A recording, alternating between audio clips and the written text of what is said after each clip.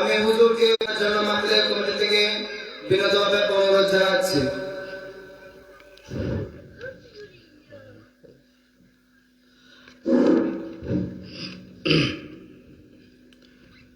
إن الحمد لوليه والصلاة والسلام على سيد الأنبياء والأكرمين وعلى آله وأصحابه وأهل بيته وعلماء أهل سنته والناس أجمعين. فقد قال الله تعالى في كلامه المجيد والفرقان الحميد. প্রত্যেকে জবান খুলে বলুন أعوذ بالله من الشيطان الرجيم. بسم الله الرحمن الرحيم. إن الله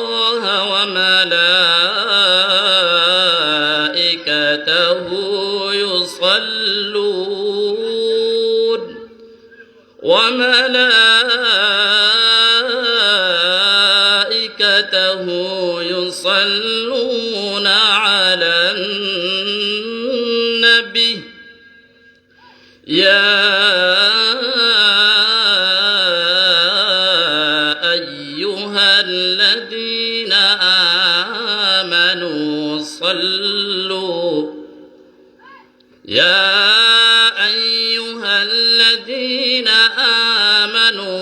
صلوا عليه وسلموا تسليما. صلى الله على سيدنا محمد وآله وصحابه وسلم. صلاة يا رسول الله عليكم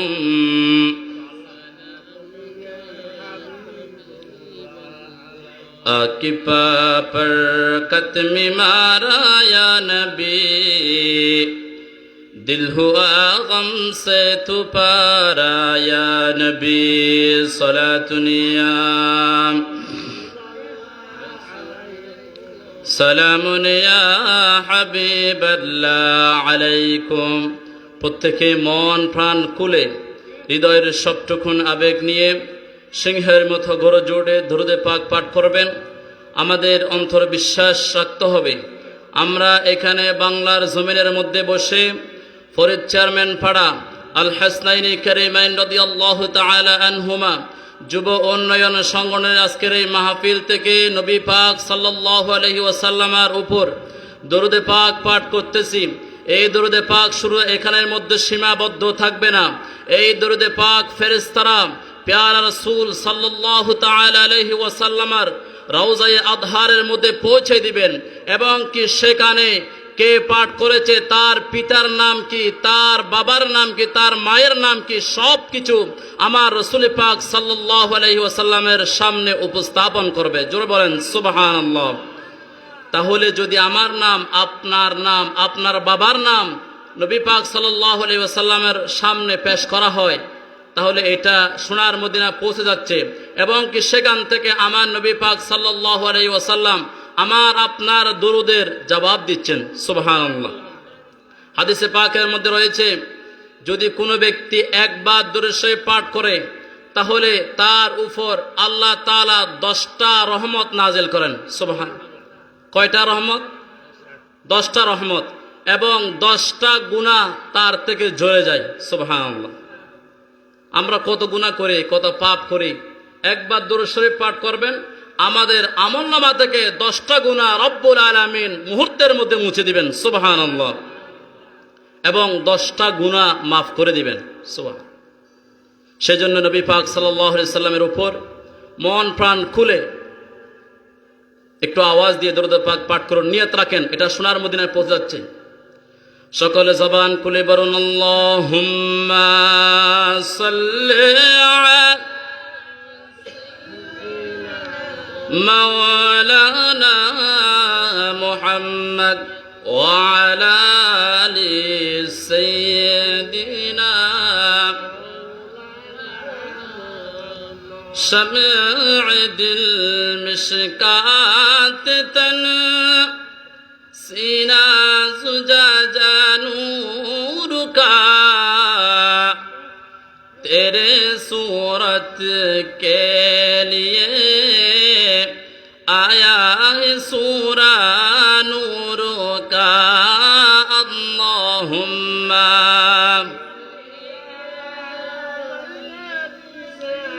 مولانا محمد وعلى آل سيدنا یا الہی جب چلو تاریک راہ فل صراط آفتاب ہاشمی نور الہدا کا ساتھ ہو اللہم صلی مولانا محمد وعلى آل سيدنا مولانا محمد عید میلاد النبی ہے دل بڑا مسرور ہے عید دیوانوں کی توبہ ربیع النور ہے اللہم صلی مولانا محمد وعلى آل سيدنا مولانا محمد محبت رواز اللهم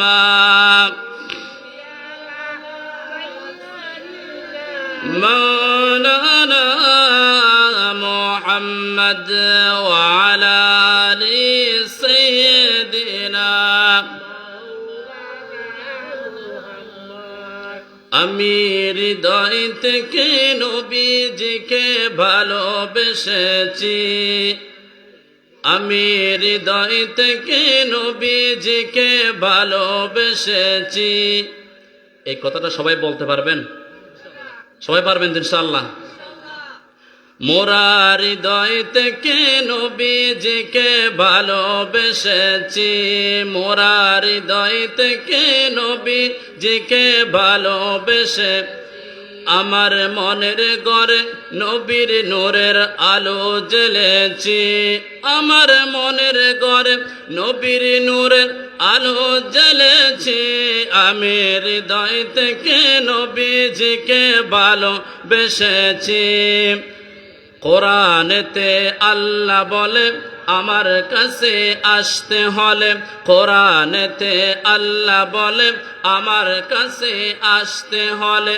এসো আগে নবীর দলে এসো আগে নবীর দলে লিখে দিয়েছি আমি হৃদয় থেকে নবীজিকে ভালোবেসেছি আমি হৃদয় থেকে নবীজিকে ভালোবেসেছি দয়াল নবীর প্রেম ছাড়া মুমিন হতে চায় যারা দয়াল নবীর প্রেম ছাড়া মুমিন হতে চায় যারা আমার নবীর প্রেম ছাড়া মুমিন হতে চায় যারা মুনাফিকের দলে তাদের নাম লিখেছি আমি হৃদয় থেকে নবীজিকে ভালোবেসেছি মোরা হৃদয় থেকে নবীজিকে ভালোবেসেছি সকলে মোরা হৃদয় থেকে নবীজিকে ভালোবেসেছি সকলে বলেন মারহাবা মানুষ কম হলো একটু যদি আওয়াজ হয় আমাদের কথা বলতে একটু সুবিধা হয়। আরেকবার বলেন তো মারহাবা। আমরা কম সংখ্যা হতে পারি। ইসলামের প্রথম দিকে বদরের যুদ্ধ বলেন, যতগুলো যুদ্ধ হয়েছে সব যুদ্ধের মধ্যে মুসলমানের সংখ্যা ছিল কম, কিন্তু মুসলমানের ঈমানে বল ছিল অনেক বেশি। সেই জন্য মুসলমানরা কোনো যুদ্ধের মধ্যে পরাজয় লাভ করে না। যেখানে গিয়েছিল, যে যুদ্ধের মধ্যে অংশগ্রহণ করেছিল, সেই যুদ্ধের মধ্যে তারা সফল হয়েছে। ঠিক কিনা বলেন? সুতরাং আওয়াজ থাকবে তো ইনশাল্লাহ? আওয়াজ করবেন, শীত চলে যাবে। আপনারা যদি এমনি বসে থাকেন, শীত আপনাদের কাছে এমনি এমনি আরো এসে বসে যাবে। সেজন্য যেন শীত যাতে আপনাদের কাছে আসতে না পারেন, সেই জন্য আপনারা ঈমানে আওয়াজ দিয়ে আরেকবার বলেন মারহাবা। কোরআনে পাকের মধ্যে রব্বুল আলামিন ইরশাদ করেছেন, হে মেহবুব আপনি বলে দিন, মাই প্রফেট সে ইউ, হে নবী আপনি বলে দিন, ইফ ইউ ডু লাভ আল্লাহ সুবহানাহু ওয়া তাআলা, যদি তোমরা আমি আল্লাহকে পেতে চাও তাহলে ফলুমি আওয়ার মেসেঞ্জার, আমাদের প্যারা নবী সাল্লাল্লাহু আলাইহি ওয়াসাল্লামকে অনুকরণ করো। যদি অনুসরণ করতে পারো তাহলে আমি আল্লাহকে খুঁজতে হবে না, আমি আল্লাহ এমনিতেই তোমার হয়ে যাব। জোরে বলেন সুবহানাল্লাহ। সেই কথাটা শায়ের এখানে বলছিলেন। কোরআনেতে আল্লাহ বলেন আমার কাছে আসতে হলে আগে যেতে হবে কার কাছে? নবীর কাছে। কার কাছে? নবীর কাছে। যদি নবীর কাছে যেতে পারেন তাহলে আল্লাহ আপনাকে এমনিতে কবুল করে নেবেন। সুবহানাল্লাহ। শুধু তাই নয়, রাসূল পাক সাল্লাল্লাহু আলাইহি ওয়াসাল্লামের ভালোবাসা হচ্ছে আমাদের ঈমান। আগের যুগের মুসলমানরা সংখ্যালঘু কম ছিল, কিন্তু তাদের পরাজয় ছিল না। কারণটা হচ্ছে তাদের অন্তরে ছিল আমার রাসূলের মুহাব্বত, এবং মুখের মধ্যে ছিল রাসূল পাক সাল্লাল্লাহু আলাইহি ওয়াসাল্লামের স্লোগান, ইয়া রাসূলুল্লাহ, ইয়া রাসূলুল্লাহ, ইয়া রাসূলুল্লাহ। কোন একটা যুদ্ধের ময়দান যদি তারা অংশগ্রহণ করত, সেখানে তারা অন্য কোনো স্লোগান দিত না, তারা স্লোগান দিত ইয়া রাসূলুল্লাহ, ইয়া মুহাম্মাদাহু, ইয়া রাসূলুল্লাহ। আল্লাহ বলছেন যেখানে আমার রাসূল, আমার হাবিবের স্লোগান আছে, ওই যুদ্ধের মধ্যে আমার মুসলমানদেরকে পরাজয় করতে পারি না, ওই যুদ্ধের মধ্যে আমি আল্লাহ মুসলমানদেরকে বিজয় দান করে দেই। জোরে বলেন সুবহানাল্লাহ। তাহলে বিজয়ের মূল শক্তি ছিল ইয়া রাসূলুল্লাহ। কি ছিল? ইয়া রাসূলুল্লাহ। আপনি ইতিহাস খুলে দেখুন, ইসলামের ইতিহাসগুলো। আজকে মুসলমানরা পদে পদে জায়গায় জায়গায় নির্যাতিত, নিপীড়িত, মার খাচ্ছে। এক নম্বর কারণ হচ্ছে এখন মুসলমানদের অন্তর থেকে রাসূলুল্লাহর প্রেম, ভালোবাসা উঠে যাচ্ছে। আজকে প্যারা রাসূলের মুহাব্বত নাই, প্যারা রাসূলের ভালোবাসা নাই, মুখের মধ্যে দাড়ি নাই, নামাজ নাই, কালমা নাই, আমাদের ঈমান দুর্বল হয়ে গিয়েছে। যতদিন পর্যন্ত সাহাবা ইকরামদের দিকে আপনি দেখেন, সাহাবা ইকরাম যতদিন পর্যন্ত আমার রাসূলের প্রেম, ভালোবাসা হৃদয়ের মধ্যে আঁকি ধারণ করেছিল, ততদিন পর্যন্ত তারা কোনোদিন মার খায় নাই, তারা নির্যাতিত হয় নাই, নিপীড়িত হয় নাই। আজ যখন আমরা দেখতে পাই বাংলাদেশের মধ্যে যত মুসলমানরা মার খাচ্ছে, ফিলিস্তিনের জমিনের মধ্যে মুসলমানরা মার খাচ্ছে, প্রত্যেকটা কান্ট্রির মধ্যে আপনি লক্ষ্য করুন মুসলমানরা মার খাচ্ছে। কারণটা কি? আজকে মুসলমানদের হৃদয় থেকে রাসূলুল্লাহর ভালোবাসা কমে গেছে। কথা বলেন ঠিক কিনা? যদি সাহাবা ইকরামদের মতো আমরা রাসূলুল্লাহকে মুহাব্বত করতে পারতাম, ভালোবাসতে পারতাম, আজকেও মুসলমানরা সারা বিশ্বের মধ্যে তাদের বুক ফুলিয়ে চলতে পারত। তারা যেখানে যায় সেখানে সম্মানের অধিকার হতো। একমাত্র তারা নির্যাতিত হওয়ার, নিপীড়িত হওয়ার কারণ হচ্ছে তাদের ভিতরে আমার রাসূলুল্লাহর ভালোবাসার কমতি। কথা বলেন ঠিক কিনা?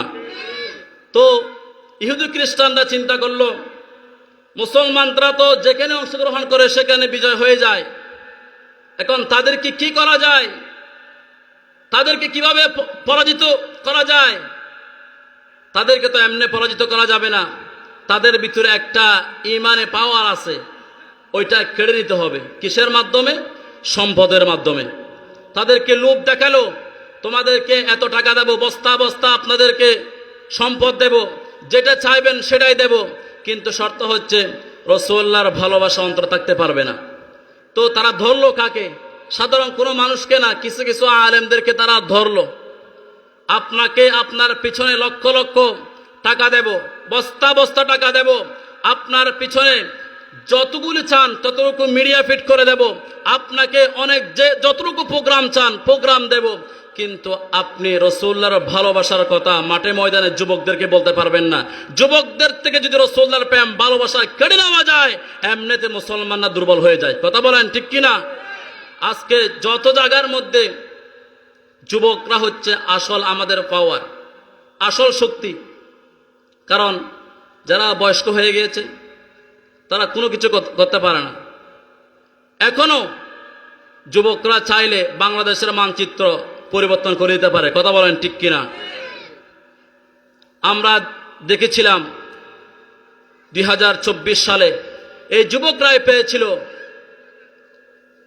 অন্যায়কারী, জুলুমকারী, অত্যাচারকারী শাসক থেকে দেশটাকে কিভাবে রক্ষা করতে হয়। কথা বলেন ঠিক কিনা? তারা সেইভাবে আমাদেরকে রক্ষা করে দিয়েছেন এই সোনার বাংলা। আল্লাহ পাক রব্বুল আমিন আমাদের সকলের হাজির কবুল করুক, সবাই বলে আমিন। যারা বাহিরে ঘোরাফেরা করতেছেন আমি সবাইকে অনুরোধ করব, আপনারা বাহিরে ঘোরাফেরা না করে চলে আসুন। সেখান থেকে রাস্তা থেকে দেখার চাইতে ভিতরে আসলে আর একটু ভালো হয়, ওইখান থেকে কম দেখা যায়। আপনারা ভিতরে চলে আসুন, বাহিরে ঘোরাফেরা না করুন। যারা মাহফিলের ভলান্টিয়ার ভাইরা আছেন আমি সবাইকে অনুরোধ করব, যারা বাজারের মধ্যে ঘোরাফেরা করতেছে ওদেরকে আপনারা মাহফিলের মধ্যে পাঠিয়ে দেন। আমি একটা বিষয় নিয়ে আজকে কথা বলবো, সেই বিষয়টা হচ্ছে আল্লাহর দরবারে ন্যায় বিচারকের মর্যাদা এবং ন্যায় বিচার প্রতিষ্ঠায় প্রিয় নবী সাল্লাল্লাহু আলাইহি ওয়াসাল্লামের শিক্ষা ও আদর্শ। সময় টিকটিক করে চলে যাচ্ছে। আমার পরবর্তী মেহমান 35 মিনিট পরে উনি মাইক ধরবে। আমি 35 মিনিটের মধ্যে যতটুকু বলতে পারি আল্লাহ যেন আমার জবান দিয়ে কালিমাতুল হক, সত্য কথাগুলো বলার এবং আপনাদেরকে শ্রবণ করার তৌফিক দান করুক। সকলে বলে আমিন। আমরা এখানে যারা আছি আমরা এক একজন প্রত্যেকেই বিচারক। প্রত্যেকে কি বিচারক? কিভাবে? যদি আপনি একজন মেম্বার হন তাহলে আপনি একটা ওয়ার্ডের বিচারক। যদি আপনি একটা চেয়ারম্যান হন তাহলে আপনি পুরো একটা ইউনিয়ন নিয়ে আপনি একজন বিচারক।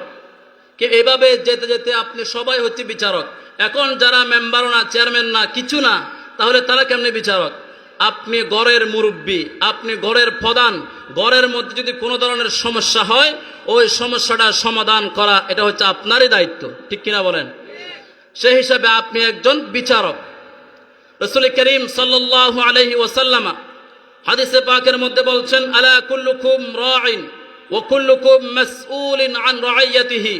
তোমরা প্রত্যেকে হচ্ছে দায়িত্বশীল এবং তোমাদেরকে যে দায়িত্ব দেওয়া হয়েছে সেই দায়িত্ব সম্পর্কে আমি রব্বুল আলামিন কিয়ামতের ময়দানে তোমাদের থেকে আবার জিজ্ঞেস করব, তোমরা ঠিকভাবে দায়িত্ব পালন করেছো কিনা। একজন ইজ এ ফাদার, বাবা হিসেবে সন্তানের দায়িত্বগুলো ঠিকঠাক মতো পালন করছেন কিনা। এবং একজন সন্তানকে জিজ্ঞেস করা হবে তোমার দায়িত্ব ছিল তোমার মা বাবাকে রেসপেক্ট করা, সম্মান করা, তাদের দায়িত্ব পালন করেছেন কিনা। এবং একজন ইমাম থেকে জিজ্ঞেস করা হবে আপনি আপনার দায়িত্ব যথাযথ পালন করেছেন কিনা। এভাবে একদম রাষ্ট্রের প্রধান থেকে শুরু করে একদম জনগণ থেকে রব্বুল আলামিন কিয়ামতের ময়দানে এভাবে জিজ্ঞেস করবেন। যে যত বড় দায়িত্বের মধ্যে আছে সে তত বড় আল্লাহর কাছে কিয়ামতের ময়দানে আসামের কাঠ হয়ে দাঁড়িয়ে যাবে। ঠিক কিনা বলেন? সুতরাং আমরা প্রত্যেকেই দায়িত্ববান। আল্লাহ পাক রব্বুল আলামিন আমাদেরকে দায়িত্ব দিয়েছেন। আপনি একজন স্বামী হিসাবে আপনার পরিবারের দায়িত্ব আপনার। পরিবারের সবাইকে কিভাবে ভালো রাখা যায় এটা দায়িত্ব আপনার। এটি ইসলাম আপনাকে দিয়েছে। এখন আমরা মনে করি আমরা কেউ দায়িত্ববান না, ইসলাম আমাদেরকে দায়িত্ব দেয় নাই। আপনি একজন দায়িত্ববান হিসেবে আপনার সন্তানটাকে দ্বীনি শিক্ষা দেওয়া, আপনার সন্তানটাকে কোরআন হাদিস শিক্ষা দেওয়া, এটা আপনার দায়িত্বের মধ্যে পড়ে। রব্বুল আলামিন পবিত্র কোরআনুল কারীমের মধ্যে ইরশাদ করেছেন, فَمَن يَعْمَلْ مِثْقَالَ ذَرَّةٍ خَيْرًا يَرَهُ وَمَن يَعْمَلْ مِثْقَالَ ذَرَّةٍ شَرًّا يَرَهُ। বান্দা, যদি তুমি তিল পরিমাণ ভালো কাজ করো, কিয়ামতের ময়দানে সেটা রব্বুল আলামিনের সামনে উপস্থাপন করা হবে। ও বান্দা, তুমি যদি যারা পরিমাণ খারাপ কাজ করো, অন্যায় কাজ করো, সেটাও রব্বুল আলামিনের দরবারে উপস্থাপন করা হবে। দুনিয়ার মধ্যে তোমাকে স্বাধীনতা দিয়ে দিলাম, আমি আল্লাহ কতগুলো আদেশ নির্দেশ দিয়ে দিলাম, বান্দা তুমি কোথায় যাবে কোথায় যাবে না, আল্লাহ পাক রব্বুল আলামিন সেটাও পবিত্র কোরআন কারীমের মধ্যে বলছেন, মা আতাকুমুর রাসূলু ফাখুদু ওয়া মা নাহাকুম আনহু ফান্তাহু। রব্বুল আলামিন বলছেন, ও বান্দা, তোমরা কোন কাজ করবা, কোনটা তোমার জন্য ভালো কাজ সেটা তুমি করো, সেটার জন্য রব্বুল আলামিন আমি আল্লাহ তোমাদেরকে নির্দেশ দিলাম। আর যেটা খারাপ কাজ, অন্যায় কাজ, অশ্লীল কাজ, সেটার মধ্যে তোমরা যাবে না, আমি আল্লাহ রব্বুল আলামিন তোমাদেরকে নিষেধ করলাম। জোরে বলেন সুবহানাল্লাহ। আমরা আমাদের জীবনটাকে কিভাবে সাজাবো, আল্লাহ পাক রব্বুল আলামিন প্রতিটা শব্দ, প্রতিটা জিনিস আমাদেরকে বলে দিয়েছেন। আপনি আমি চাইলে যেখানে সেখানে যেতে পারবো না, এটা আল্লাহ আমাদেরকে একটা সীমা দিয়েছেন। বান্দা তোমরা ভালো কাজ করো, অন্যায়, ফাসাদ, হিংসা, বিদ্বেষ এগুলো থেকে দূরে থাকো। তোমরা ইমানদার, যদি পরিপূর্ণ ইমানদার হয়ে আসতে পারো, তাহলে আমি আল্লাহ তোমাদের জন্য পৃথিবীর মতো এরকম নয়, পৃথিবীর চাইতে হাজার গুণ শ্রেষ্ঠ আমি আল্লাহ তোমাদের জন্য জান্নাত রেখে দিয়েছি। জোরে বলেন সুবহানাল্লাহ। আল্লাহর হাবিব সাল্লাল্লাহু আলাইহি ওয়াসাল্লাম হযরত আবু যার রাদিয়াল্লাহু তাআলা আনহুকে বললেন, ও আবু যার শোনো,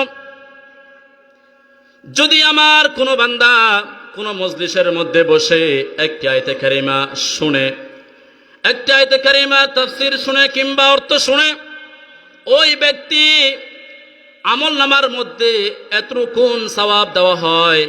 একজন বান্দা যদি সারা রাত দাঁড়িয়ে 1000 রাকাত নফল নামাজ আদায় করে যতটুকু সওয়াব পাবে, ও ফেরেশতারা, আমার একজন বান্দা যে একটা মাত্র কোরআন কারীমের আয়াতের তাফসীর শুনেছে, তার আমল নামার মধ্যে 1000 রাকাতের সওয়াব দিয়ে ভরপুর করে দাও। সুবহানাল্লাহ। সওয়াব দিবেন কে? জোরে বলেন কে? আল্লাহ। পবিত্র কোরআন কারীমের মধ্যে রব্বুল আলামিন ন্যায় বিচার সম্পর্কে বললেন, وَأَقْسِطُوا إِنَّ اللَّهَ يُحِبُّ الْمُقْسِطِينَ। তোমরা ন্যায় বিচার করো, ইনসাফ প্রতিষ্ঠা করো। যদি ন্যায় বিচার আর ইনসাফ প্রতিষ্ঠা করতে পারো, আমি আল্লাহ রব্বুল আলামিন নিশ্চয় যারা ন্যায় বিচার এবং ইনসাফ প্রতিষ্ঠাকারী, আমি আল্লাহ তাদেরকে বড় ভালোবাসি। জোরে বলেন আল্লাহু আকবার। তাহলে যারা ন্যায় বিচার করবে তাদেরকে ভালোবাসেন কে? জোরে বলেন কে? আল্লাহ। এরপরে যেমন দেখেন, আজকের বাদে জোহর থেকে যে আলোচনা শুনলেন, একটা একটা আয়াত কারিমা যদি একজন 2-3টা করে যদি আয়াত কারিমা পাঠ করে, যদি 10টা হয়, তাহলে আজকে আমাদের আমলনামার মধ্যে 10,000 নফল নামাজের সওয়াব দিবেন একজন। চিল্লায় বলেন তিনি কে? আরো জোরে বলেন তিনি কে? আমাদের বিশ্বাস আছে তো? জোরে বলেন বিশ্বাস আছে? এখন আসুন, ন্যায় বিচারক যারা শাসক হবেন তাদের 5টা আলামত দেখতে হবে। কয়টা আলামত? জোরে বলেন কয়টা? আরো জোরে। 5টা। 1 নাম্বার হলো হুব্বুন নাস, মানুষের ভালোবাসা লাগবে। যদি মানুষের ভালোবাসা অর্জন করতে না পারো, তাহলে তুমি একজন সফল বিচারক হতে পারবে না। 1 নম্বর আমাদের কি লাগবে? মানুষের ভালোবাসা লাগবে। এখন আপনারা খেয়াল করুন, যারা এতদিন বিচারক ছিলেন তারা কি মানুষের ভালোবাসা অর্জন করতে পেরেছে? জোরে বলেন পেরেছে? তারা মানুষদেরকে অন্যায়ভাবে জুলুম করেছে, অত্যাচার করেছে, দিনের পর দিন নিরপরাধ আলেমদেরকে কারাগারের মধ্যে বন্দী করে রেখেছে। এমনকি তারা এরকম তাফসিরুল কোরআন মাহফিল থেকে শুরু করে কোরআনের মাহফিল যেখানে হতো সেখানে তারা বাধা প্রদান করত। কথা বলেন ঠিক কিনা? সেজন্য তারা মানুষ থেকে ভালোবাসা অর্জন করতে পারে নাই। দুই নম্বর হলো হুব্বু তাদাব্বুরিল কুরআন ওয়া তিলাওয়াতিহি ওয়া সিমা'iহি। আল্লাহর হাবিব সাল্লাল্লাহু আলাইহি ওয়াসাল্লাম বলছেন, কোরআন দিয়ে রাষ্ট্র চালাতে হবে এবং কোরআন শুনতে হবে, কোরআন তেলাওয়াত করতে হবে। যিনি শাসক হবে ওই শাসককে কোরআন দিয়ে যদি বিচার করতে চায়, কোরআন দিয়ে যদি সমাজ চালাতে চায়, তার থেকে কোরআন জানার দরকার আছে না নাই? জোরে বলেন আছে না নাই? যদি না জানে সে কোনোদিন কোরআন দিয়ে দেশ চালাতে পারবে না। এরপরে 3 নম্বর হলো ইত্তিবা'আস সুন্নাহ। রাসূল করিম সাল্লাল্লাহু আলাইহি ওয়াসাল্লামের সুন্নাত লাগবে, অনুসরণ লাগবে। আল্লাহর হাবিব কিভাবে বিচার করেছিলেন, গরিব অসহায় মানুষের সাথে কেমনে আচরণ করেছিলেন, মানুষদেরকে কোনোদিন কষ্ট দেয় নাই। আল্লাহর হাবিব সাল্লাল্লাহু আলাইহি ওয়াসাল্লাম একদিন দেখতে পেলেন সাহাবায়ে কেরামরা একটা পিঁপড়ার বাসা ভেঙে দিয়েছিল। আল্লাহর হাবিব সাল্লাল্লাহু আলাইহি ওয়াসাল্লাম জিজ্ঞেস করলেন, ও আমার সাহাবারা, এই পিঁপড়ার বাসা কে ভেঙে দিয়েছে? উপস্থিত সাহাবায়ে কেরামরা বলেন, ইয়া রাসূলুল্লাহ, ইয়া হাবিবাল্লাহ, আমরা ভুল করে পিঁপড়ার বাসা ভেঙে দিয়েছি। আল্লাহর হাবিব সাল্লাল্লাহু আলাইহি ওয়াসাল্লাম বলছেন, তোমরা পিঁপড়ার বাসা ভেঙে দিও না, পিঁপড়াকে আগুনের মধ্যে জ্বালাবে না, পিঁপড়াকে পানির মধ্যে নিক্ষেপ করবে না, কারণ আগুন এবং পানি দিয়ে একজন শাস্তি দিবেন। জোরে বলেন তিনি কে? জোরে বলেন কে? আগুন এবং পানি দিয়ে শাস্তি মানুষ দিতে পারবে না, আগুন এবং পানি দিয়ে শাস্তি দিবেন একজন। চিল্লায় বলেন তিনি কে? আল্লাহর হাবিব বলছেন, লা তুআযিব বিল মা'i ওয়ান নার, তোমরা মানুষ পিঁপড়াকে আগুন এবং পানি দিয়ে শাস্তি প্রদান করিও না। আমরা দেখতে পেয়েছি শুধু পিঁপড়া কেন, বিগত শাসক মানুষদেরকে ঘর বাড়ি, মানুষের ঘর বাড়িগুলো আগুন দিয়ে বুলডোজার দিয়ে ভেঙে দিয়েছেন। কথা বলেন ঠিক কিনা? তারা মনে করেছে এগুলো তো মানুষ নয়, এগুলো হচ্ছে রাজাকারের ঘর। ঠিক কিনা বলেন? অথচ আল্লাহর হাবিব সাল্লাল্লাহু আলাইহি ওয়াসাল্লামের সুন্নাহ কি? একটা পিঁপড়ার বাসা ভেঙে দিয়েছেন। আল্লাহর হাবিব সাহাবায়ে কেরামদেরকে সাথে সাথে নিষেধ করে দিয়েছেন, অথচ তারা মানুষের ঘর বাড়ি ভেঙে দিয়েছে। তারা কিছুই মনে করে নাই, তারা মনে করছে এরা তো সবাই রাজাকার। কথা বলেন ঠিক কিনা? এরপরে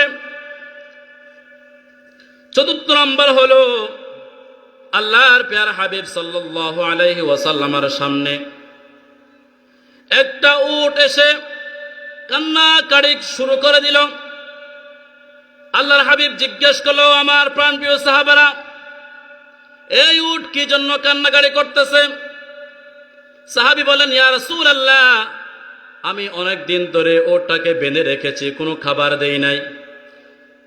আল্লাহর হাবিব সাল্লাল্লাহু আলাইহি ওয়াসাল্লাম বলছেন, আফালা তাত্তাকিল্লাহা ফি হাযিহিল বাহিমা আল্লাতী মাল্লাকাতাল্লাহু ইয়্যা।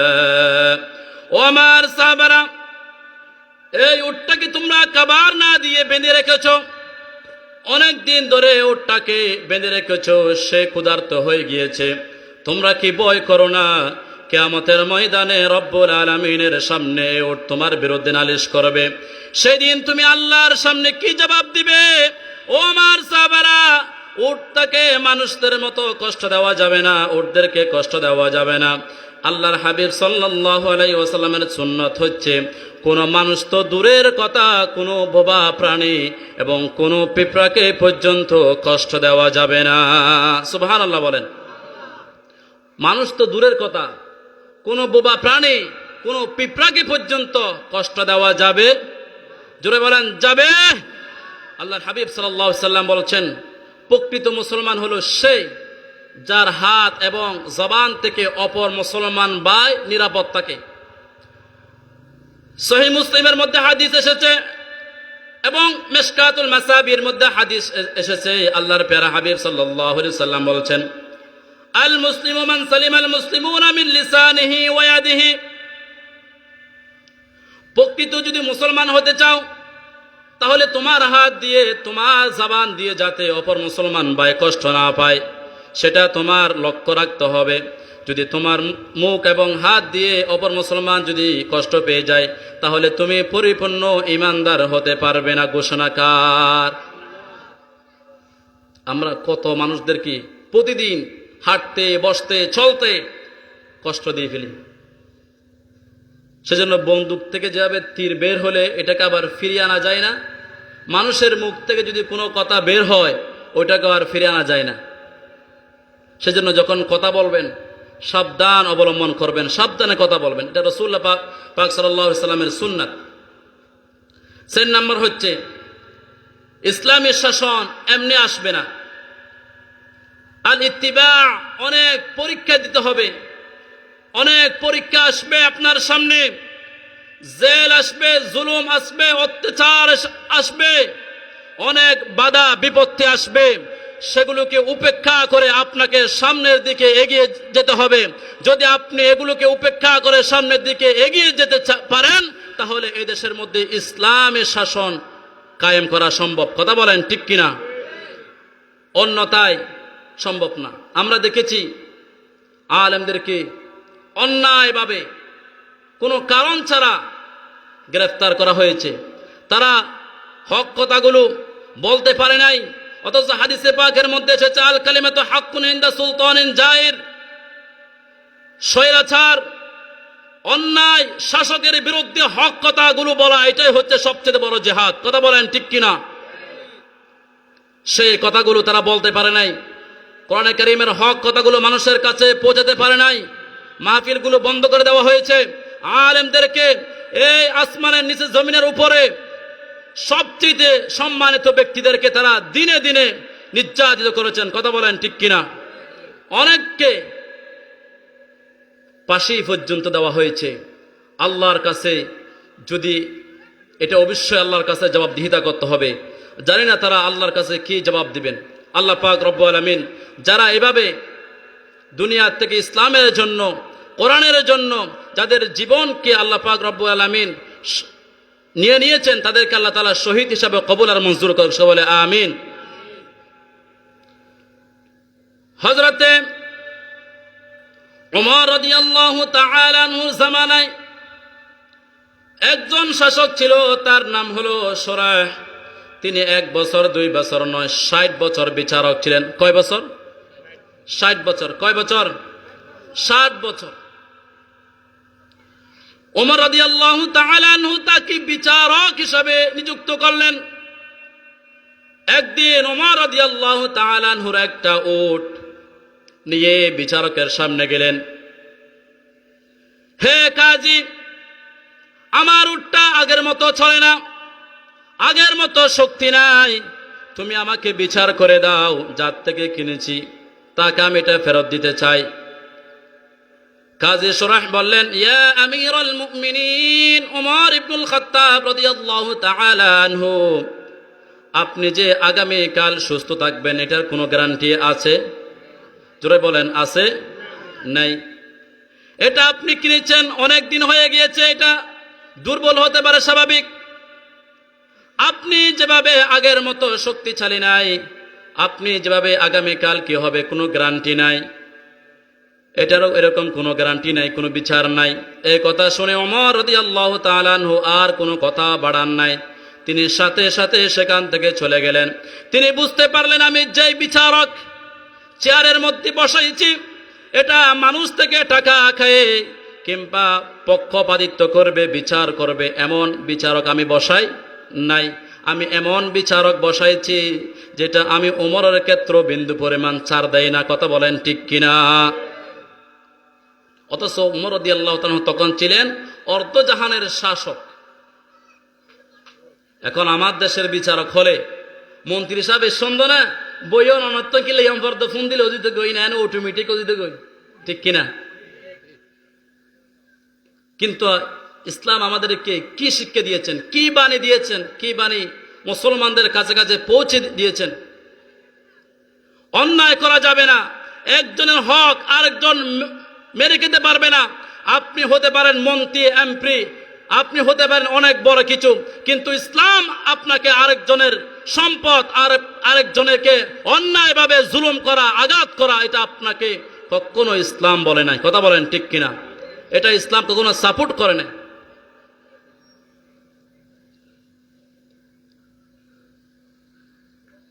রাসূল করিম সাল্লাল্লাহু আলাইহি ওয়াসাল্লামের দরবারে বনু মখজুমিয়ার গোত্রের একজন মহিলার বিচার আসলো। মহিলা বিচার চুরি করেছিল। কি করেছিল? চুরি করেছিল। বনু মখজুমিয়ার গোত্রের মেয়ে চুরি করেছিল। সেই মেয়েটা ছিল বড় একটা মেয়ে, সম্পদশালী ব্যক্তির মেয়ে ছিল। তার পরিবার ছিল অনেক ক্ষমতাশীল ব্যক্তি। রাসূল করিম সাল্লাল্লাহু আলাইহি ওয়াসাল্লামের দরবারে বিচার আসার পরে সমস্ত সাহাবায়ে কেরাম রিদওয়ানুল্লাহি আলাইহিম আজমাইন একত্রিত হয়ে গেল। এই মহিলা তো অনেক ধনী পরিবারের মেয়ে, তার ক্ষেত্রে যদি একটু বিচারটা কমিয়ে আনা যাইত, তাকে যদি হাত না কেটে বিচারটা যদি কোনোভাবে মাইনাস করা যাইত, সবাই মিলে এই কথা কাকে বলবে? আল্লাহর হাবিব সাল্লাল্লাহু আলাইহি ওয়াসাল্লামের সামনে যাওয়ার মতো সেরকম দুঃসাহস কোন সাহাবা করতেছেন না। একজন সাহাবারে তারা খুঁজে খুঁজে বের করলো, তার নাম হলো আল্লাহর হাবিব সাল্লাল্লাহু আলাইহি ওয়াসাল্লামের ঘরের পালক পুত্র যায়েদ বিন হারেসা রাদিয়াল্লাহু তাআলা আনহুর পুত্র হযরতে উসামা রাদিয়াল্লাহু তাআলা আনহুকে বললেন, ও উসামা, আল্লাহর হাবিব তোমাকে অনেক ভালোবাসে, অনেক মহব্বত করে। তুমি যাও আল্লাহর হাবিবকে বলে গিয়ে বলবে, ইয়া রাসূলুল্লাহ, ইয়া হাবিবাল্লাহ, এটা ছিল বনু মখজুমিয়ার গোত্রের একজন সম্মানিত মহিলা, তার ক্ষেত্রে বিচার একটু এদিক সেদিক করা যায় কিনা, একটু কমিয়ে দেওয়া যায় কিনা। আল্লাহর হাবিব সাল্লাল্লাহু আলাইহি ওয়াসাল্লাম সাথে সাথে বলেন, ও উসামা, শুনে রেখো, এটা বনু মখজুমিয়ার গোত্রের মেয়ে হয়েছে। কি হয়েছে? যদি আমার মেয়ে ফাতেমাও যদি চুরি করত, তাহলে আমি রাসূল তার হাতটা কেড়ে দিতে একটু দ্বিধাবোধ করতাম না। জোরে বলেন সুবহানাল্লাহ। এটা তো বনু মখজুমিয়ার গোত্রের মেয়ে, অনেক দূরে। যদি আমার মেয়ে ফাতেমা যদি চুরি করত, আমি তার হাতটাও কেড়ে দিতে দুইবার চিন্তা করতাম না। জোরে বলেন আল্লাহু আকবার। কিন্তু আমাদের বিচার ক্ষেত্রে সেরকম সন্তান তো দূরের কথা, মন্ত্রীর যদি ওই ঘুরিয়ে ফিরে অনেক দূরে জোতা বয় দিবে, ইবে হইলেও তো হবো না, না ইবে হন দোষ না ধরে, দোষ হইলেও ওই ইতে অসহায় যে আছে ইতের আরো মারি ফেলাই, ইতের হন দোষ নাই, দোষী এনে না ঘুরে ফেলাইব। টাকা পয়সা দিয়ে ওইটা যার দোষ, তার আর দোষ থাকে না। অসহায় গরিব আর বিচার পায় না। কথা বলেন ঠিক কিনা? রাসূলুল্লাহ আমাদেরকে সেটা শিক্ষা দেন নাই? 63 বছর বয়সে আল্লাহর প্রিয় হাবিব সাল্লাল্লাহু আলাইহি ওয়াসাল্লাম বলছেন, তোমরা গরিবদের সম্পদ পয় পয় করে হিসাব করে দিবে। কারো সম্পদ মেরে খেতে পারবে না, কাউকে অন্যায়ভাবে আঘাত করতে পারবে না, কাউকে অন্যায়ভাবে জুলুম করতে পারবে না, কাউকে অন্যায়ভাবে তা কষ্ট দেওয়া যাবে না। এটা হচ্ছে তোমার রাসূলের সুন্নাত হতে পারে না। রাসূল পাক সাল্লাল্লাহু আলাইহি ওয়াসাল্লামের সুন্নাত হচ্ছে আল্লাহর প্রিয় হাবিব সাল্লাল্লাহু আলাইহি ওয়াসাল্লাম যেভাবে দেশটাকে পরিচালনা করেছেন, সেভাবে আমাদেরকে দেশ পরিচালনা করতে হবে। জোরে বলেন ঠিক কিনা? ধারাবাহিকভাবে সাহাবায়ে কেরাম রিদওয়ানুল্লাহি আলাইহিম আজমাইন আমাদেরকে শিক্ষা দিয়েছেন। হযরতে ওমর ইবনুল খাত্তাব রাদিয়াল্লাহু তাআলা আনহু যখন শাসক ছিলেন, তিনি রাতে ঘুমাতেন না। রাত্রে তিনি ঘুমাতেন না। প্রত্যেকটা ঘরের দরজায় দরজায় গিয়ে দেখতেন কার ঘরের মধ্যে কে না কে পড়ে আছে, কার ঘরের মধ্যে কে কষ্টের মধ্যে আছে। ওমর রাদিয়াল্লাহু তাআলা আনহু ঘরে ঘরে গিয়ে দেখতেন। যদি দেখতেন কেউ ক্ষুধার যন্ত্রণায় কান্নাকাটি করতেছে, ওমর রাদিয়াল্লাহু তাআলা আনহু নিজে কাঁধের মধ্যে আটার বস্তা নিয়ে তার ঘরের সামনে রেখে আসতো। জোরে বলেন আল্লাহু আকবার। তারা কিভাবে দেশ পরিচালনা করছেন? আজকে আমাদের দেশের কি অবস্থা? এখান থেকে শিক্ষা নিতে হবে। সাহাবায়ে কেরাম রিদওয়ানুল্লাহি আলাইহিম আজমাইন দেশ কিভাবে পরিচালনা করছেন, আমার প্রিয় হাবিব সাল্লাল্লাহু আলাইহি সাল্লাম কিভাবে শিক্ষা দিয়েছেন আমাদেরকে, সেইভাবে যদি আমরা দেশটাকে পরিচালনা করতে পারতাম তাহলে আমার দেশের মধ্যে অন্তত দুর্ভিক্ষ দেখা দিত না। কথা বলেন ঠিক কিনা? এখন যারা কাচ্ছে তারা খেতে খেতে তাদের সম্পদের পাহাড় করে ফেলতেছে, অন্যায়ভাবে জুলুম করে গরিব অসহায়ের সম্পদগুলো তাদের নামে লিখে নিচ্ছে। এরকম বহু ডাকাত আছে না নাই? জোরে বলেন আছে না নাই? এদেরকে চিহ্নিত করতে হবে। এদেরকে ইসলাম যেরকম শাস্তির বিধান রেখেছে, এইভাবে যদি একজনকে শাস্তি দিতে পারে চার রাস্তার মোড়ের মধ্যে নিয়ে, তাহলে আর কেউ এরকম টান্ডারবাজি করতো না। কথা বলেন ঠিক কিনা? সবাই সোজা হয়ে যেত। আল্লাহ পাক রব্বুল আলামিন আমাদের হাজির কবুল করুক। সবাই বলে আমিন। নবী করিম সাল্লাল্লাহু আলাইহি ওয়াসাল্লাম ইরশাদ করেছেন, উজুম তাহকিম শরঈয়াতিল্লাহ, নামাজ যেভাবে ফরজ, রোজা যেভাবে ফরজ, সেভাবে ইনসাফ প্রতিষ্ঠা করা সেভাবে ফরজ। শুধু আপনি নামাজ পড়লেন, রোজা রাখলেন, হজ করলেন, যাকাত দিলেন, সব কিছু আপনি আদায় করলেন, কিন্তু আপনি মানুষের হক মেরে খেয়েছেন। আপনার দোয়া, আপনার নামাজ, আপনার রোজা, আপনার যাকাত, আপনার হজ এমনি লোভ দেখানো একটাও কবুল হবে না। কথা বলেন ঠিক কিনা? হাদিসে পাকের মধ্যে এসেছে, যদি কোনো ব্যক্তি এক লুকমা পরিমাণ হারাম খাবার সে যদি ভক্ষণ করে 40 দিন পর্যন্ত তার ইবাদত, তার নামাজ, তার রোজা, তার যাকাত, হজ কোনো কিছুই কবুল হবে না। সেজন্য ইবাদতকে যদি আপনি কবুল করাতে চান, আপনি যদি আল্লাহর কাছে প্রিয় মকবুল বান্দা হতে চান, তাহলে আপনাকে আগে ইবাদত করার আগে আপনাকে হালাল উপার্জন করতে হবে। কথা বলেন ঠিক কিনা?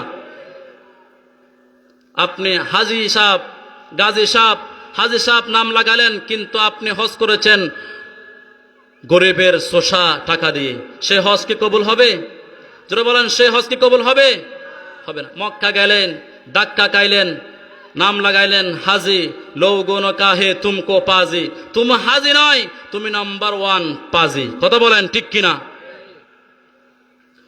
রব্বুল আলামিন পবিত্র কোরআনুল কারীমের মধ্যে সূরা মাঈদার 49 নম্বর আয়াতের মধ্যে রব্বুল আলামিন বলছেন, ওয়াল ইয়াহকুম বাইনাহুম বিমা আনজালাল্লাহু ওয়া লা তাত্তাবি আহওয়াআহুম ওয়াহদারু মান ইয়াফতিনুকা আন বা'দ মা আনজালাল্লাহু ইলাইক।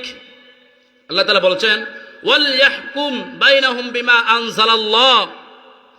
জমিনটা কার? জোরে বলেন জমিন কার? আমাদেরকে হায়াত দিয়েছেন কে? আমাদেরকে রিজিক দিয়েছেন কে? আমাদেরকে বাঁচিয়ে রেখেছেন কে? আবার নিয়ে যাবেন একজন, চিল্লায়ে বলেন তিনি কে? সেজন্য আল্লাহ বলছেন, জমিন আমার, তোমাদেরকে হায়াত দিয়েছে আমি, রিজিক দিয়েছে আমি, এই জমিনের মধ্যে শাসন চলবে আমি আল্লাহর। কথা বলেন ঠিক কিনা? যদি আল্লাহর শাসন যদি চলতো, তাহলে আফগানিস্তানের মতো আমাদের দেশের মধ্যে দুর্ভিক্ষ দেখা যেত না। আফগানিস্তানের মধ্যে কোনো কিছুই ছিল না। তারা শুধুমাত্র আল্লাহর আইনকে কায়েম যখন করা শুরু করে দিয়েছে, তাদের দেশের মধ্যে এমনভাবে সম্পত্তি আসা শুরু করেছে, কোত্থেকে এসেছে তারা নিজেরাও জানে না। সুবহানাল্লাহ। আমার দেশের মধ্যে সব কিছু হয়, ডিজিটাল ভাবে রাস্তা হয়, ম্যাজিক্যাল ভাবে আবার ভেঙে যায় বৃষ্টির পানিতে। কথা বলেন ঠিক কিনা? কারণ কি? সবগুলো রডের জায়গায় কি দিয়েছে? বাঁশ দিয়েছে। রব্বুল আলামিন ইরশাদ করেছেন, ওয়ালা তাত্তাবি আহওয়াআহুম, কোনো পক্ষপাতিত্ব করা যাবে না। আপনি একজন শাসক হিসাবে কোনো পক্ষপাতিত্ব করা যাবে না। আপনার সন্তান হোক, আপনার আত্মীয় স্বজন হোক, যে হোক না কেন, যদি সে অন্যায় করে তাকে শাস্তি দিতে হবে। বিধানটা কার? জোরে বলেন বিধানটা কার? এরপর আল্লাহ বলছেন, ওয়াহদারহুম আন ইয়াফতিনুকা আন বা'দ মা আনজালাল্লাহু ইলাইক। শাসন করতে হবে আল্লাহর আইন অনুযায়ী, এবং মানুষদেরকে অন্যায়ভাবে বিচার করা যাবে না। এরপর আল্লাহ বলছেন, এবং ধমক দেওয়া যাবে না। এরপর রব্বুল আলামিন বলছেন, সহিহ বুখারী শরীফের মধ্যে তাফসীরের মধ্যে এসেছে, কুল হুয়াল কাদিরু আলা আন ইয়াবআসা আলাইকুম আযাবাম মিন ফাওকিকুম আও মিন তাহতি আরজুলিকুম আও ইয়ালবিসাকুম শিয়া ওয়া ইউযীকা বা'দাকুম বা'সা বা'দ। এইগুলো যদি করতে চান, যে ন্যায় বিচার যদি প্রতিষ্ঠা করতে চান, তাহলে এক নম্বর শর্ত হচ্ছে মুসলমানদেরকে ঐক্য হতে হবে। কি হতে হবে? জোরে বলেন, কি হতে হবে? ঐক্য হতে হবে। কিন্তু আজকে মুসলমানকে ঐক্য আছে? জোরে বলেন, ঐক্য আছে? আমরা দেখেছিলাম যখন ঐক্য হয়েছিল তখন এই দেশের মধ্যে ফ্যাসিস্ট সরকার পর্যন্ত থাকতে পারে নাই। কথা বলেন ঠিক কিনা? যদি মুসলমান যদি ওইভাবে যদি ঐক্য হয়ে যায়, তাহলে সবাই এই দেশের মধ্যে দিন কায়েম করা, ইসলামকে প্রতিষ্ঠা করা, এটা শুধুমাত্র এক মুহূর্তের দাবি। কথা বলেন ঠিক কিনা? আল্লাহ বলছেন, যদি তোমরা ঐক্য না হও, তাহলে আলা আইয়াবাআসা আলাইকুম আযাবা, আমি আল্লাহ তোমাদেরকে উপর থেকে শাস্তি প্রদান করব। এবং আও ইয়ালবিসাকুম মিন ফাওকিকুম আও মিন তাহতি আরজুলিকুম, আমি আল্লাহ তোমাদেরকে নিচ দিয়ে শাস্তি প্রদান করব, ভূমিকম্প দেব, ভূমিধস দেব, এভাবে আমি আল্লাহ তোমাদেরকে শাস্তি প্রদান করব। এরপর বলছেন, আও ইয়ালবিসাকুম শিয়া ওয়া ইউযীকা বা'দাকুম বা'সা বা'দ, যদি ঐক্য না হও, অনৈক্য যদি থেকে যাও, তাহলে তোমাদেরকে একজন একজন মেরে মেরে তোমাদের সাথ নিবে। কথা বলেন ঠিক কিনা? নারে তাকবীর, নারে তাকবীর, নারে রিসালাত, নারে রিসালাত। আহলান সাহলান, আহলান সাহলান। সকলে একবার বলেন মারহাবা। আরেকটি মানে আওয়াজে বলেন মারহাবা।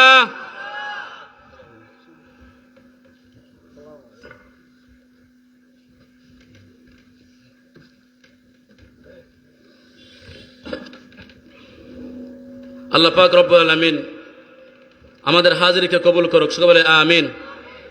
হুজুর এসেছেন, আপনারা খুশি না বেজার? জোরে বলেন, খুশি না বেজার? দেখি কারা কারা বেজার, হাত তোলেন তো। এই দুঃখ বেজার বিল হাত দোয়া। আমরা সবাই খুশি তো? দেখে একবার বলেন তো মারহাবা। আরেকটি ইমানে আওয়াজ দিয়ে বলেন মারহাবা। এই নুরি তো আওয়াজ যে আওয়াজ হইতে লাগবে মারহাবা, ইনুর নজর। আরেকটি ইমানে আওয়াজে বলেন মারহাবা। আল্লাহ পাক রব্বুল আলামিন আমাদের কবুল করুক। সবাই আমিন।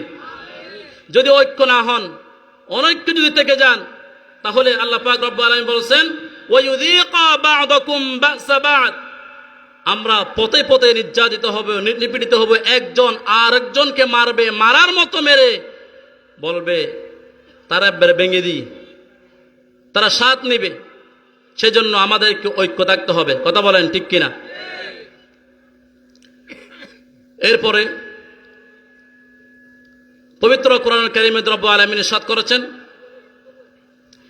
ইয়া আইয়ুহাল্লাযীনা আমানু কুনু কওয়ামিনা বিল কিসতি শুহাদাআ লিল্লাহ ওয়ালাউ আলা আনফুসিকুম আওয়াল ওয়ালিদাইনি ওয়াল আকরাবিন ইয়াকুন গনিয়ান আও ফাকিরা। তোমরা ন্যায় বিচার প্রতিষ্ঠার জন্য তোমরা সবাই দাঁড়িয়ে যাও, প্রস্তুত হয়ে যাও, এবং সাক্ষ্য দিবে একজনের জন্য। চিল্লে বলেন তিনি কে? আল্লাহর জন্য সাক্ষ্য দিতে হবে। এবং ন্যায় বিচার করতে গিয়ে যদি তোমাদের নিজের বিরুদ্ধেও যায়, এবং আউল ওয়ালিদাইন ওয়াল আকরাবিন, কিংবা নিজের পিতা মাতা আত্মীয় স্বজন কারো বিরুদ্ধে যায়, তারপরও মিথ্যা সাক্ষ্য দেওয়া যাবে না, সাক্ষ্য দিতে হবে সত্য একজনের জন্য। চিল্লে বলেন তিনি কে? আল্লাহর জন্য যদি আজকে সাক্ষ্য দিত, তাহলে এই দেশের মধ্যে অন্যায় বিচার হতো না। ঠিক কিনা বলেন? সবগুলো ন্যায় বিচার পেত। আজকে যারা সাক্ষী দেয়, তারা অল্প টাকার জন্য সাক্ষীগুলো বিক্রি হয়ে যায়। সেই জন্য যারা অন্যায় করে তাদের কোনো শাস্তি হয় না, নির্দোষ ব্যক্তির শাস্তি হয়। কথা বলেন ঠিক কিনা? এটা যদি নিজের বিরুদ্ধে যায়, নিজের পরিবার পরিজনের বিরুদ্ধে যদি যায়, এরপরও যদি ন্যায় বিচার আমরা প্রতিষ্ঠা করতে পারতাম, তাহলে আমাদের দেশের মধ্যে অন্যায় বিশৃঙ্খলা সৃষ্টি হতো না। কথা বলেন ঠিক কিনা? এরপরে আল্লাহ রাব্বুল আলামিন পবিত্র কোরআনুল কারীমের মধ্যে 14 নম্বর পারার মধ্যে বলছেন, ইন্নাল্লাহা ইয়া'মুরু বিল আদলি ওয়াল ইহসান ওয়া ইতা'i যিল কুরবা ওয়া ইয়ানহা আনিল ফাহশাই ওয়াল মুনকার ওয়াল বাগই ইয়া'iদুকুম লা'আল্লাকুম তাযাক্কারুন। আমার কথা শেষ। হুজুর যেহেতু চলে এসেছেন, এখানে আর কথা বলার কোনো সুযোগ নাই। এরপর আয়াতে কারিমার কথা অর্থটা বলে আমি শেষ করে দিচ্ছি। পবিত্র কোরআনুল কারীমের মধ্যে রব্বুল আলামিন ইরশাদ করেছেন, ইন্নাল্লাহা, নিশ্চয় আল্লাহ তাআলা, ইয়া'মুরুকুম, আমাদেরকে আদেশ দিয়েছেন। এখানে কুম জমিটা হচ্ছে হাজের জামা, এটা সবার জন্য বলছেন। তোমাদের সবাইকে আমি আল্লাহ আদেশ দিচ্ছি, বিল আদলি ওয়াল ইহসান, ন্যায় বিচার প্রতিষ্ঠা করবে। ন্যায়, একজন শাসক হিসাবে তোমার প্রধান দায়িত্ব হচ্ছে ন্যায় বিচার প্রতিষ্ঠা করা। এরপর হচ্ছে ওয়াল ইহসান, এবং প্রত্যেকের সাথে সুন্দরভাবে সুন্দর আচরণ করা, কাউকে কষ্ট না দেওয়া। এখন কি মানুষদেরকে কষ্ট দিয়ে বিচার করে নাকি অন্যায় বিচার করে? মানুষদেরকে প্রত্যেকটা বিচার, শতকরা 99% বিচার হয় এখন অন্যায়ভাবে, ঠিক কিনা বলেন? এটা গ্রামে বলেন, এটা একদম উপর থেকে নিচ পর্যন্ত প্রত্যেক জায়গায় দান। যদি দলীয় লোক হয়, এখানে আর কোনো কথা বলতে হয় না, বিচারটা ওইখানে শেষ। এমনি এটা নামের বিচার, কামের কোনো বিচার নাই। কথা বলেন, ঠিক কিনা? এবং বিচারকের মর্যাদা কি হবে? হাদিসে পাকের মধ্যে সহিহ বুখারী শরীফের মধ্যে এসেছে, সাবআতুন ইউযিল্লুহুমুল্লাহু ফি যিল্লিহি ইয়াওমা লা যিল্লা ইল্লা যিল্লু ইমামুন আদিল। কিয়ামতের ময়দানে আল্লাহ পাক রব্বুল আলামিন যেদিন কোনো ছায়া থাকবে না, গোটা পৃথিবীর মানুষগুলো দূরাতে থাকবে, উলঙ্গ অবস্থায়, কোনো ছায়া থাকবে না, সেই দিন রব্বুল আলামিন শাস্ত্রের ব্যক্তিদেরকে আরশের নিচে ছায়া দান করবেন। সেখানে এক নম্বর হলো ইমামুন আদিল, একজন ন্যায় বিচারক। যদি পৃথিবীর মধ্যে কেউ ক্ষমতা পাওয়ার পরে যদি ন্যায় বিচার প্রতিষ্ঠা করতে পারে, অন্যায় জুলুম যদি না করে, মানুষের হক যদি মানুষদেরকে বুঝিয়ে দিতে পারে, হযরতে ওমর রাদিয়াল্লাহু তাআলা আনহুর মতো যদি শাসন প্রতিষ্ঠা করতে পারে, কিয়ামতের ময়দানে রব্বুল আলামিন তাকে আরশের নিচে ছায়া দান করবেন। জোরে বলেন সুবহানাল্লাহ। আল্লাহর হাবিব সাল্লাল্লাহু আলাইহি ওয়াসাল্লাম অন্য হাদিসে পাকের মধ্যে বলেছেন, বিচারক হচ্ছে 3 প্রকার। কয় প্রকার? জোরে বলেন, কয় প্রকার? 3 প্রকার। 1 প্রকার বিচার হচ্ছে জান্নাতে যাবে, আর 2 প্রকার বিচারক হচ্ছে জাহান্নামে যাবে। যে ব্যক্তি সত্য জানলো এবং সত্যটা জানার পরে সত্য বিচার করলো, সেই ব্যক্তি জান্নাতে যাবে। আরেকজন হচ্ছে যে ব্যক্তি সত্য জানলো, সত্য জানার পরে সত্য বিচার করে নাই, সেই ব্যক্তি জাহান্নামের মধ্যে যাবে।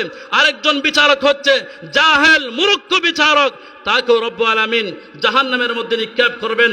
এবং রাসূল পাক সাল্লাল্লাহু আলাইহি ওয়াসাল্লামের হযরতে দাউদ আলাইহিস সালাতু ওয়াসসালামের জামানায় 2 জন মহিলার বাচ্চা হয়েছিল। কয়জন মহিলার?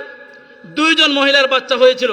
বাচ্চা হওয়ার পরে হাসপাতালের মধ্যে একটা নেকড়ে বাঘ খেয়ে ফেলছে। এখন সন্তান আছে কয়টা?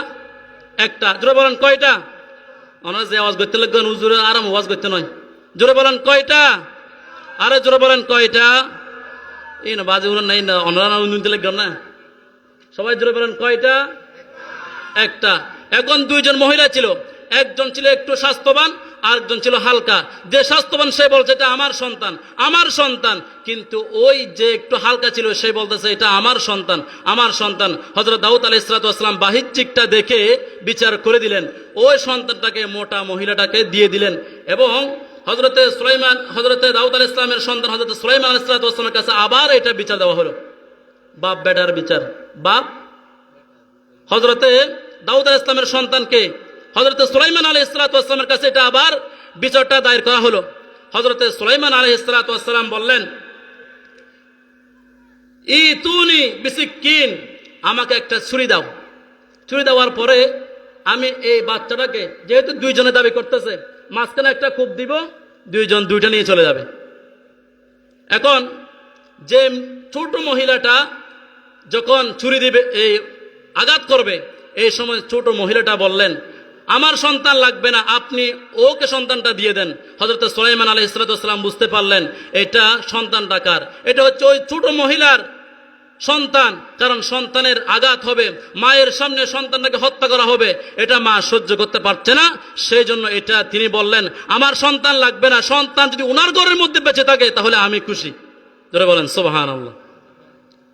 এরপর হচ্ছে রাসূল করিম সাল্লাল্লাহু আলাইহি ওয়াসাল্লাম আর হাদিসে পাকের মধ্যে বলছেন আন আনাস রাদিয়াল্লাহু তাআলা আনহু قال قال রাসূলুল্লাহ সাল্লাল্লাহু আলাইহি ওয়াসাল্লাম ইদা হাকামাল হাকিম, যদি কোনো বিচারক যদি বিচার করার আগে ইজতিহাদ করে, কি করে?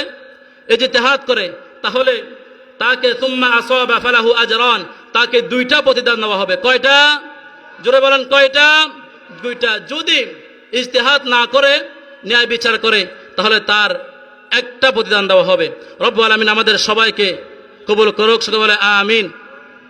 আমরা দেখতে পাচ্ছি গোটা দুনিয়ার মধ্যে, বাংলাদেশের মধ্যে কয়েকটা ফিতনা মাথা ছাড়া দিয়ে উঠেছে, তার মধ্যে একটা হলো হিজবুত তাওহীদ। কথা বলেন ঠিক কিনা?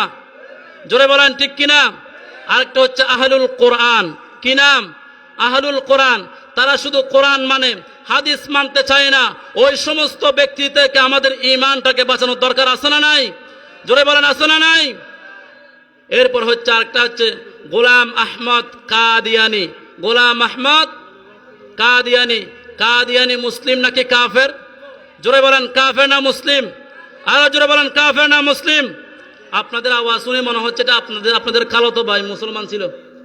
সে কি কাফের না মুসলমান? আরো জোরে বলেন কাফের। উনাদেরকে যারা কাফের বলবে না তারাও কাফের। কারণটা কি? তারা সরাসরি আল্লাহর কোরআনে কারীমের আয়াতকে অস্বীকার করেছে। তারা সরাসরি রাসূল পাক সাল্লাল্লাহু আলাইহি ওয়াসাল্লামের হাদিসে পাককে অস্বীকার করেছে। আল্লাহ পাক রব্বুল আলামিন বলছেন, হে রাসূল আপনি শেষ নবী, আপনার পরে আর কোনো নবী আসবে না। এটা কাদিয়ানীরা মানতে নারাজ। এটা কাদিয়ানীরা মানে না, আল্লাহর কোরআনের আয়াত মানে না। রাসূল করিম সাল্লাল্লাহু আলাইহি ওয়াসাল্লাম বলছেন, আনা খাতামুন নবিয়্যিন লা নবিয়্যা বা'দি, আমি হলাম সর্বশেষ নবী, আমার পরে কোনো নবী কিংবা রাসূল আসবে না, কিয়ামত পর্যন্ত আসবে না। এখনো আসে নাই, কিয়ামত পর্যন্ত আসবে না। কাদিয়ানীরা এই আয়াতকে অস্বীকার করে আমার নবীকে শেষ নবী মানতে চায় না। তারা মনে করে তাদের গোত্র থেকে আরেকজন নবী আসবে। সেজন্য আমাদের আকীদা হচ্ছে কাদিয়ানীরা কাফের। কাদিয়ানীরা কি? জোরে বলেন কাদিয়ানীরা কি? জোরে বলেন কাদিয়ানরা কি? কাফের। আল্লাহ পাক রব্বুল আলামিন আমাদের সবার হাজিরি কবুল করুক, সবাই বলে আমিন। যুগ জামানা পাল্টে দিতে চাহি না অনেকজন, একজনে আনতে পারে জাতির জাগরণ। রব্বুল আলামিন আমাদের আজকের হাজিরি কবুল করুক, আমিন। হাদা মা ইনদি ওয়াল ইলমু ইনদাল্লাহ। ওয়াসসালামু আলাইকুম ওয়া রাহমাতুল্লাহি ওয়া বারাকাতুহু। আলহামদুলিল্লাহ সুম্মা আলহামদুলিল্লাহ। অত্যন্ত সুমধুর কণ্ঠে কোরআন ও হাদিস থেকে তাকরীর পেশ করেছেন অথ আল কারীর কৃতি সন্তান